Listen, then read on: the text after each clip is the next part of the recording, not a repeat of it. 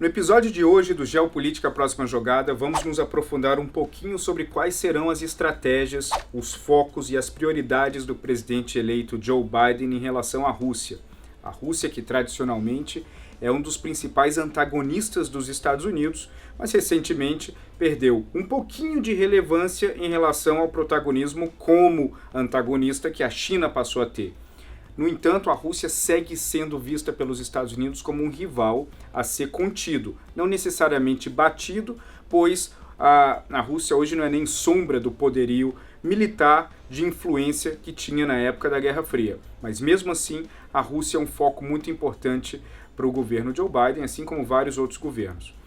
Eu separei aqui, a grosso modo, 8 pontos de prioridade do governo Biden em relação à Rússia, baseado nas conversas que eu tive em Washington nessas últimas semanas com membros da equipe de transição, com assessores que passaram, com assessores que virão, e o interessante elencando esses 8 pontos, nós podemos vislumbrar um pouquinho como que as narrativas americanas vão se encaixar dentro de uma estratégia em relação à Rússia.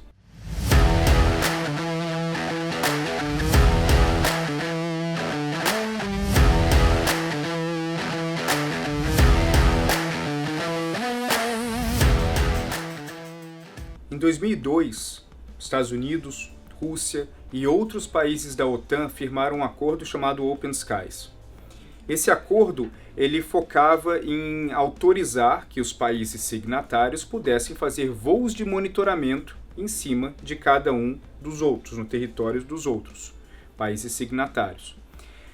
Em novembro do ano passado, o presidente Trump ordenou a saída dos Estados Unidos desse acordo, alegando que alguns dos voos feitos pelos Estados Unidos em regiões da Rússia de fabricação com várias indústrias militares foram negados ou foram, de certa forma, pressionados a sair pela Força Aérea Russa. O presidente Joe Biden, ele colocou o retorno dos Estados Unidos para o acordo do Open Skies como uma das prioridades iniciais dentro da linha de prioridades que ele vem desenhando em relação à Rússia. Acontece que nessa semana a Rússia decidiu sair do acordo também, alegando que a saída dos Estados Unidos retirou legitimidade desse acordo. Esse é um acordo onde vários países, incluindo Rússia e Estados Unidos, haviam assinado, onde todos os signatários desse acordo poderiam fazer voos de monitoramento em cima do território dos outros. Em novembro de 2020, os Estados Unidos saiu do acordo, algo que o presidente Joe Biden lamenta profundamente, e um dos seus objetivos, já agora no começo do ano, seria trazer novamente os Estados Unidos para o acordo de Open Skies. Acontece que essa semana a Rússia anunciou que também está fora do acordo, não quer mais saber. O problema dos dois lados faz com que o Open Skies não tenha mais nenhuma grande significância, já que os outros países que fazem parte não estão dentro do mesmo contexto tão pesado e grave como o dos Estados Unidos e da Rússia. Primeiro ponto é o New START Deal. O New START Deal ele é um acordo nuclear entre Estados Unidos e Rússia de contenção na produção de armas nucleares e de mísseis balísticos com capacidade de portar armas nucleares. Esse acordo ele termina em fevereiro desse ano e ele precisa ser renovado. Se ele não for renovado, fica um problema muito grande, porque aí desequilibra a produção de armamentos nucleares dos dois países. Agora, para que esse acordo ele seja renovado, precisam chegar em alguns pontos de consenso. Primeiramente, os Estados Unidos eles observavam que o acordo ele tinha que se expandir para mísseis balísticos terra-ar, algo que os russos não gostavam muito dessa ideia. Na verdade, uma variação de mísseis balísticos que se expandiam para uma área que não necessariamente entrava dentro de armamentos nucleares. Os russos não gostaram da ideia, o tempo foi passando, a pandemia aconteceu em 2020, 2019 começou as tensões entre Estados Unidos e China, isso foi ficando para trás, a prioridade foi caindo e hoje é um grande problema na relação entre os dois países. Recentemente, o presidente russo Putin sugeriu, de uma forma mais ampla e pública ao governo americano, uma renovação automática de 1 ano desse acordo, até fevereiro de 2022, para que isso dê tempo dos dois países construírem uma renovação mais tranquila, mais consensual de como que o acordo de monitoramento e de controle de produção de armas nucleares dos dois países vai funcionar. Então esse é o principal ponto que o Biden terá na cabeça quando começar a pensar a Rússia em termos da pressão do tempo que ele tem. O ideal nesse momento é aceitar essa extensão de 1 ano e aí poder trabalhar nesse tema com um pouco mais de calma. O segundo ponto, considerado muito importante para o governo de Biden, é a questão da Ucrânia. Tá? A questão da Ucrânia ela é muito importante porque esse é um local onde a presença e a influência russa é muito forte e nós todos já sabemos o que aconteceu na Crimeia há alguns anos. Agora, qual que é o objetivo americano em relação à Ucrânia? Primeiro é diluir a capacidade de influência russa aqui, para que essa diluição da influência russa na Ucrânia possa levar a Ucrânia cada vez mais próximo à direção da União Europeia.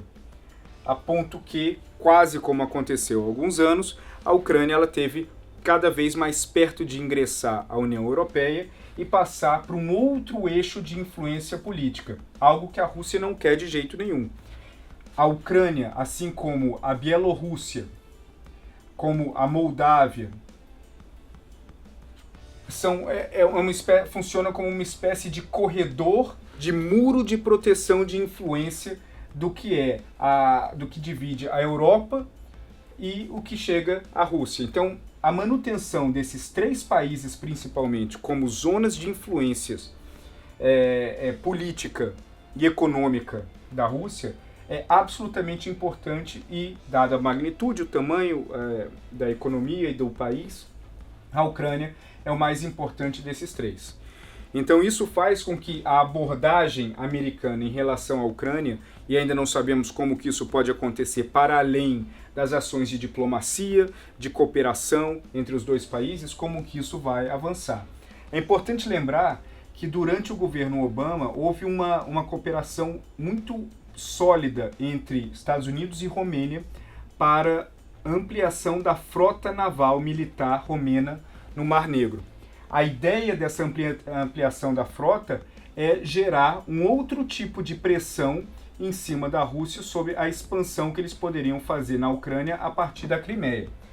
Isso acabou sendo, de certa forma, paralisado quando o governo Obama saiu e a chegada do governo Trump, e isso acabou segurando um pouco o ímpeto americano de utilizar a Romênia como um caminho de contenção russa dentro desses 3 países. Então a Ucrânia ela vai ser importante, cada vez mais importante, dentro dessa disputa de puxa daqui, puxa dali, para que lado a Ucrânia vai. O terceiro ponto na lista de prioridades dos Estados Unidos de Biden em relação à Rússia é a questão de cibersegurança. Isso é dividido em 2 vertentes, a vertente doméstica e a vertente externa. A vertente doméstica ela visa segurar, bloquear e impedir uma linha de ataques de influência política por meio de fake news, produção de notícias distorcidas, mas também de roubo de informações ou sabotagem de sistemas de empresas privadas e órgãos governamentais por parte do que eles acusam ser a Rússia. A maioria dos ataques que foram publicizados nos últimos tempos partem de um grupo chamado Cozy Bear, que é um grupo que, segundo o noticiário, a inteligência, o governo americano, ele é ligado a Moscou e ele age por influência do governo russo em várias ações de ataques ou de monitoramento cibernético dentro dos Estados Unidos. Portanto, a Rússia, dentro do ponto de vista de cibersegurança, é a prioridade mais importante para os Estados Unidos, mais até do que a China, já que a questão de cibersegurança chinesa ela ainda não tem uma atuação tão ostensiva de ataque nos Estados Unidos quanto os russos tiveram nos últimos anos. Então isso faz com que o foco em cibersegurança em relação à Rússia tenha a percepção doméstica, de proteção, mas também tem uma vertente ofensiva, ou seja, de tentar impedir a proliferação de ataques a partir de alianças em vários outros lugares do mundo, inclusive na Índia. A Índia firmou um acordo recentemente com os Estados Unidos, onde empresas de cibersegurança americanas vão poder operar a partir daqui, e isso vai fazer com que a capacidade de expansão de monitoramento americano em relação à China e à Rússia, para segurar as linhas de ataques que podem ocorrer nos Estados Unidos, para que isso seja mais contido. O quarto ponto da lista é a questão de gás natural. Vocês sabem muito bem que a Rússia é o principal fornecedor de gás natural para a Europa ocidental. Isso, basicamente, é o que aquece a Europa durante o inverno. Bom, o preço do gás russo, por ser subsidiado muitas vezes, ele acaba sendo comparativamente muito mais barato do que a Europa utilizar outros meios de aquecimento. Além disso, os gasodutos russos que abastecem a Europa, eles já são uma infraestrutura consolidada que faz com que a mudança para outro tipo de fornecimento, principalmente o tentado por Trump, que seria de gás natural liquefeito, em inglês Liquefied Natural Gas, não fosse uma alternativa viável no momento. Qual que era o interesse do Trump? O interesse do Trump era criar, na verdade, que países europeus criassem terminais portuários que pudessem receber o gás natural liquefeito americano, por conta da grande produção de gás de xisto que tem nos Estados Unidos, e isso entraria em novas redes de distribuição de gasodutos que compensariam o uso do gás russo. Qual que seria o problema aqui? Primeiro, o custo da criação desses terminais é muito alto, o custo da criação desses gasodutos também é complicado. Isso não soluciona o problema a curto prazo. A ideia principal americana não é oferecer um produto comercial, mas oferecer uma alternativa política ao gás russo. Há um debate intenso nos Estados Unidos de que a dependência europeia em relação ao gás russo fez com que a Europa tivesse uma postura relativamente frouxa em relação à Ucrânia durante a invasão da Crimeia. E parte pela dependência que existe aqui. Se existir uma possibilidade de suplantar isso a médio prazo, por exemplo, isso seria algo que é de grande valor estratégico para os Estados Unidos. Só que à medida que os Estados Unidos tentar implementar redes de terminais portuários que recebam o gás liquefeito natural, naturalmente a Rússia vai ampliar o subsídio para o seu próprio gás, trazendo o preço mais para baixo.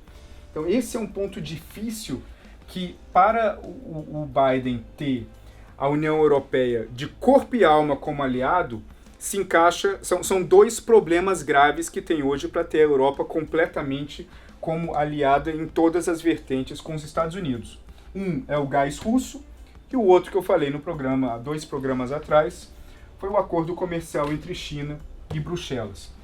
Isso faz com que a União Europeia seja dependente de gás de um, dependente, ainda não, mas a caminhos de ser comercial de outro, e isso impede que a União Europeia seja o aliado robusto e completo que poderia ser com os Estados Unidos. O quinto ponto da nossa lista é a Venezuela.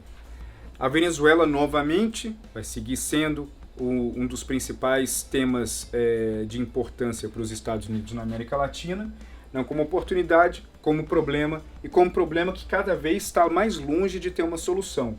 Porque mesmo com todas as pressões e sanções em cima da Venezuela, o fato das Forças Armadas seguirem leais ao regime de Maduro faz com que uma mudança aqui seja difícil.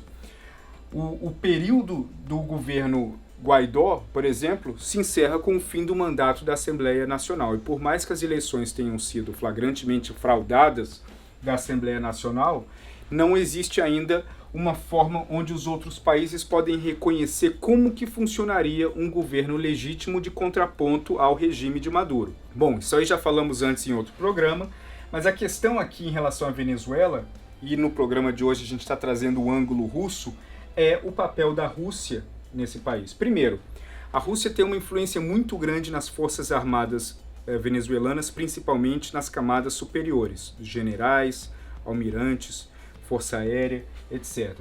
A Rússia vendeu com um financiamento camarada, os caças Sukhoi da Força Aérea Venezuelana. Além disso, vários outros armamentos utilizados pelas Forças Armadas venezuelanas são de origem russa. Em cima de tudo isso, quando a asfixia econômica começou a apertar ainda mais por conta das sanções, a Rússia ofereceu linhas de crédito para a Venezuela, facilitando e dando um pequeno respiro na capacidade do governo de seguir funcionando. Segundo, a participação da Rosneft na tentativa de transformar a PDVSA em algo minimamente eficiente foi tentada, não funcionou, porque é difícil fazer a PDVSA funcionar, mas mesmo assim mostrou o intuito russo de participar de um processo de manutenção do atual regime venezuelano. Isso, para os americanos, é um ponto importante que vai fazer com que a pressão em cima da Venezuela aumente pela mesma lógica que eles visam aplicar em relação à China. Narrativa de direitos humanos, sanções contra indivíduos. Cada vez mais indivíduos dentro do regime do Maduro receberão sanções por questões de violação de direitos humanos ou terão mandatos de prisão expedidos pela Interpol, etc., por conta de qualquer outro crime que fizeram. E também, caso eles tenham contas de banco, dinheiro no exterior, isso também vai ser congelado. Ao mesmo tempo, uma das possibilidades é que russos do governo envolvidos em atividades de apoio ao regime de Maduro também podem começar a receber sanção. Isso seria um ponto importantíssimo que geraria uma tensão relativamente grande entre os dois países. O sexto ponto aqui da nossa lista é o Ártico. O Ártico é uma região que no Brasil ninguém fala, ninguém se interessa também, compreenda-se, está muito longe. Mas existe um embate, uma disputa muito pesada nessa região entre Estados Unidos, Rússia e China. Os Estados Unidos reabriu o consulado deles na Groenlândia, a China fomentou uma série de relacionamentos com a Noruega e a Finlândia para poder ter trânsito de cargas por essa área. Além disso, lançou um satélite para monitorar justamente a questão do Ártico. Os Estados Unidos iniciaram voos perto da fronteira russa nessa região, monitorando o que está acontecendo por lá, e a Rússia respondeu argumentando que a posição do que os Estados Unidos estão fazendo aqui são agressivas e provocadoras. A Rússia ela sempre teve uma presença marinha muito forte na região, a começar pelo norte da Europa, passando pelo Báltico. Isso faz com que as forças de segurança, de inteligência e a marinha sueca tenham uma atenção redobrada ao trânsito de navios russos por essa região, que acaba passando pela Dinamarca e pelo Mar do Norte, subindo para o Ártico ou descendo para o Atlântico. Bom, um ponto de embate aqui muito interessante e muito complicado foi quando os Estados Unidos afirmaram que o Ártico é o flanco do norte da OTAN. Isso os russos não interpretaram bem. E na visão deles, na concepção deles, a presença americana nessa região vai aumentar durante o governo Biden, gerando uma resposta russa que também irá aumentar o trânsito de navios militares, exercícios militares nessa região, fazendo com que uma disputa silenciosa, possivelmente não agressiva, mas com muitas mensagens sendo enviadas de um lado pelo outro, baseado no trânsito de navios militares por essa região. O Ártico é um ponto de embate silencioso, de embate onde os dois países querem conquistar cada vez mais suas posições no trânsito naval e na consolidação de uma presença marítima robusta. Por isso que os Estados Unidos e a Rússia vão observar o Ártico como algo extremamente estratégico, principalmente agora no governo Biden, que ele vê essa região como uma das prioridades para os Estados Unidos na contenção da expansão geopolítica russa. O sétimo ponto na nossa lista resgata um pouco do interesse americano no Oriente Médio. Esse interesse ele diminuiu consideravelmente durante o governo Trump, porque historicamente o envolvimento americano nessa região se deu muito em cima da produção de petróleo que os Estados Unidos dependiam que saíam daqui. À medida que os Estados Unidos atingem a autossuficiência por conta da exploração de xisto, isso faz com que o peso da importância econômica do Oriente Médio diminua para os Estados Unidos. No entanto, historicamente, a Síria é um país onde a influência russa sempre foi muito presente. Na verdade, a capacidade de navegação e ocupação de um porto na Síria é absolutamente estratégico para a Rússia, que acaba sendo um único porto em águas quentes e com uma posição privilegiada no Mediterrâneo, que faz com que os navios russos possam trafegar bem por essa área e inclusive, voltando para a Rússia por meio de um Mar Negro, passando pela Turquia. Claro que à medida que a situação e a relação com a Turquia se deteriora, isso aqui torna uma rota cada vez mais complicada, ainda não totalmente fechada, mas faz com que o Mediterrâneo ganhe uma importância maior e que a Síria siga sendo um ponto estratégico para a Rússia. Isso explica grande parte do apoio russo ao regime de Bashar al-Assad, fazendo de tudo para que ele não perdesse o controle dessa região, porque perdendo o controle da Síria, em consequência, poderia fazer com que a Rússia perdesse o acesso a esse porto muito importante. Bom, Biden olha para essa região com uma importância política e geopolítica muito importante, independente da produção de petróleo que existe aqui e independente da compra e da importação de petróleo nessa região. A Arábia Saudita segue sendo um aliado muito importante, Israel é um dos aliados mais importantes no mundo, o Irã é um ponto de preocupação e risco cada vez maior, o Iraque ainda é uma bagunça sem solução, a Jordânia relativamente controlada por conta da influência britânica na Jordânia, e o Líbano é um país que sobe e desce em termos de estabilidade por conta dos problemas que nós sabemos, inclusive o fato do Irã financiar o Hezbollah nessa região.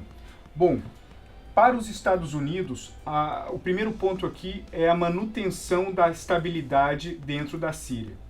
Essa estabilidade, mesmo aceitando que dificilmente haverá uma troca de governo que poderia empurrar a Rússia para fora, mas o fato da Rússia ter uma presença aqui com estabilidade no governo sírio, que é uma das prioridades, faz com que a presença americana, em termos de aliança com a Arábia Saudita, por exemplo, com Israel, ganhe uma importância ainda maior.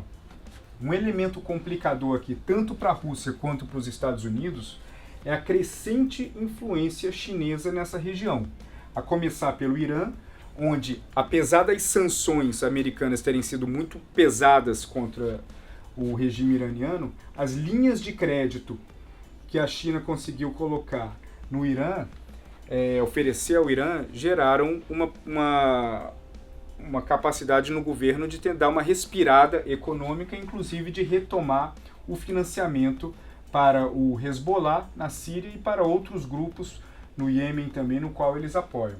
Além disso, a China ampliou muito a relação com a Arábia Saudita, que apesar disso ainda segue sendo um importante aliado americano, mas a China importa uma quantidade, fechou um acordo para importar uma quantidade crescente de petróleo saudita, além de ajudar na exploração de urânio, que faz parte da estratégia do Bin Salman de diversificar um pouco da produção econômica saudita. O Iraque volta a ter uma importância muito grande por conta da tentativa iraniana de cada vez mais influenciar as questões que estão acontecendo no Iraque, influenciar a política iraquiana. Isso é algo que os Estados Unidos não querem deixar de herança aqui após a guerra que durou muito tempo na retirada do Saddam Hussein. Então, essa é uma região onde Rússia e Estados Unidos ainda estão bastante envolvidos com a nova presença da China e transformando a Turquia num ponto a ser observado. Os Estados Unidos vão trabalhar para trazer a Turquia de volta para a sua esfera de aliados, ou a questão, que é um carro-chefe do governo Biden, de direitos humanos, que de certa forma ou completamente não se encaixa com o governo de Erdogan, vai falar mais alto. Isso faz com que a Turquia hoje ela tenha uma postura independente, ela se posiciona de uma forma cada vez mais complicada em relação à Rússia, mas também se afastou dos Estados Unidos, fazendo com que se torne um ponto de interrogação. Um temor, por exemplo, é da China expandir cada vez mais o seu relacionamento com a Turquia e levar a influência dessa região para o seu lado, mudando completamente o eixo de poder no Oriente Médio. Finalmente chegamos no nosso último ponto da lista das prioridades de Biden em relação à Rússia durante o seu governo. Apesar de ser em relação à Rússia, a Índia é um ponto importante aqui. Eu vou falar por quê. Primeiro, a Índia, desde a sua formação, historicamente manteve uma aliança muito forte com, primeiro, a União Soviética, depois com a Rússia. Grande parte do armamento militar indiano é ou russo ou francês, em sua maioria. Isso fez com que a proximidade de pensamento militar, de compra de equipamentos, etc, sempre colocasse a Índia muito próxima à Rússia. Isso começou a mudar. Quando? Isso começou a mudar quando a Índia passou a ter uma relação cada vez mais complicada com a China, a partir do momento que a China começou a desenvolver uma parceria e uma aliança mais sólida com o Paquistão. Aí a Índia ela começou a enxergar que passou a ter um inimigo em comum com os Estados Unidos. E os Estados Unidos entenderam muito bem essa oportunidade e começaram a ajudar a Índia a lutar mais contra a China, se posicionar mais contra a China, a ganhar mais assertividade nessa região aqui, que é muito estratégica, que inclusive eu falei num dos programas chamado Geopolítica dos Mares, o episódio sobre o Oceano Índico. Assim, tanto no governo Trump quanto no governo de Biden, que vai começar, o investimento em parcerias em cima da Índia, de colaboração militar, como já existe, eu já também falei antes, que é o Quad, que é o Acordo Marítimo Militar entre Estados Unidos, Austrália, Índia e Japão, faz com que a Índia aos poucos vai deixando o eixo dormente da Rússia e partindo para um eixo mais ativo com os Estados Unidos. Recentemente, algumas empresas de cibersegurança elas estão se posicionando na Índia e um acordo de inteligência foi firmado entre Estados Unidos e Índia, onde eles vão poder ter acesso a uma determinada parte do banco de dados de inteligência um do outro. Isso obviamente incomoda muito a Rússia, porque a influência russa nessa região, que é estrategicamente sempre importante, estava sempre centrada na Índia. Com o passar do tempo, eles estão começando a investir agora principalmente no Vietnã, para desenvolver e criar uma espécie de compensação na região e manter uma postura de influência. A partir do momento que eles veem a Índia deixando o seu eixo e saindo e se alinhando cada vez mais com os Estados Unidos, eles observam o Vietnã como um país no qual eles podem investir mais e podem investir não só financeiramente, mas investir principalmente numa relação estratégica mais forte que envolve também compras de armamentos militares. Bom, pessoal, esses foram os 8 pontos que eu quis trazer para vocês que estão na cabeça de Biden quando ele pensa em Rússia no momento. Cada um desses tem 1000 expansões, 1000 variações, e na política externa ela é feita também à medida que novos eventos vão acontecendo. Esses temas não vão necessariamente sumir, mas novos temas vão aparecer. E à medida que os eventos também forem acontecendo, eles vão trocando de lugar e de prioridade entre eles. Sempre importante levar em consideração que na política internacional a relação entre vários países funcionam em camadas. A camada pública, a esfera pública, onde você pode ver uma relação amigável, um abraço, uma fotinho, e também à medida que isso vai baixando em camadas não públicas, existe todo um universo de pressão, de influência, de traição, de alianças que muitas vezes não fazem sentido para nós que estamos vendo de longe. Mas quando vocês observarem as notícias relacionadas a Estados Unidos e Rússia dentro dessa caixinha, vale a pena lembrar quais são os elementos de cada uma e cada vez mais novos elementos vão surgindo. Fico por aqui hoje. Muito obrigado pela audiência de vocês. Deixem seus comentários, deixem suas críticas, suas sugestões para novos programas, recomendem alguém e não deixem também de se inscrever no canal. Um abraço a todos, fiquem bem e até a próxima.